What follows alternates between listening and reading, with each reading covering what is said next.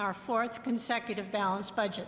Dans son discours, la ministre des Finances de la Nouvelle-Écosse, Karen Casey, brosse un portrait reluisant des finances de la province. C'est le 4e budget équilibré consécutif du gouvernement McNeil, avec un léger surplus de 33 600 000 $. La dette est en légère augmentation. Le ratio dette par rapport au produit intérieur brut est en baisse. Et il n'y a aucune augmentation d'impôts ou de taxes prévue. Près de la moitié du budget est consacré à la santé, avec une augmentation plus importante que dans les budgets précédents, de 6 % des dépenses dans ce secteur par rapport à l'an dernier. La plus grande somme va au projet de modernisation du Centre des sciences de la santé Queen Elizabeth II à Halifax et du réaménagement de l'hôpital régional du Cap-Breton. Des lits dans les foyers de soins seront notamment ajoutés à Métégan, en Clare. Un budget qui suscite des réactions nuancées de la part des partis d'opposition. On a un déficit, une dette de 15 milliards. On a une petite province. On a besoin d'essayer de changer ça au minimum. Donc, des budgets équilibrés, c'est quelque chose qui est important. Il y a une balance peut-être dans le budget du gouvernement. Il n'y a pas une balance dans les vies des Nouvelles-Écossaises. Les néo-démocrates auraient voulu voir plus d'argent destiné à la santé et surtout un plan plus précis pour désengorger les salles d'urgence. Même son de cloche du côté de la Coalition de la santé de la Nouvelle-Écosse. En considérant, dit-il, l'ampleur de la crise dans notre système de santé, il ne reste pas assez d'argent pour les soins de première ligne.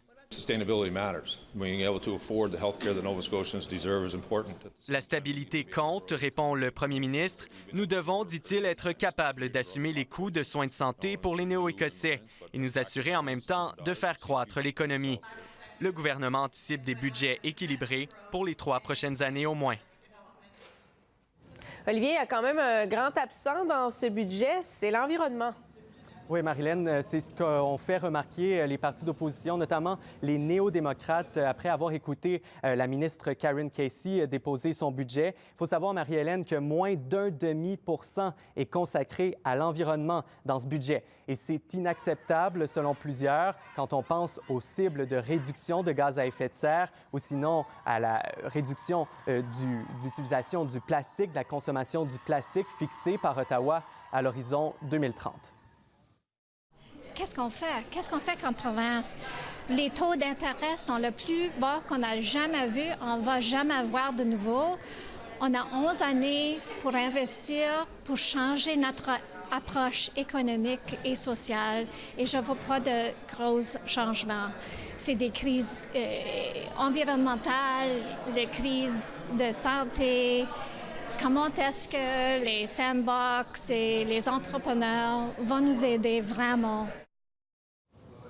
Je vous glisse un petit mot sur l'éducation postsecondaire. En terminant, on note une augmentation d'1 % du financement des universités et c'est nettement insuffisant, Marie-Hélène, pour la Fédération des étudiants et étudiantes du Canada. Il aurait fallu, selon la Fédération, au moins 3 % d'augmentation pour limiter l'augmentation des frais de scolarité qui croissent le plus rapidement au pays, en Nouvelle-Écosse. Puis, bon, la Fédération déplore que le fardeau tombera encore une fois sur les étudiants et leurs familles. Merci beaucoup, Olivier, d'avoir décortiqué ce budget pour nous. Au revoir.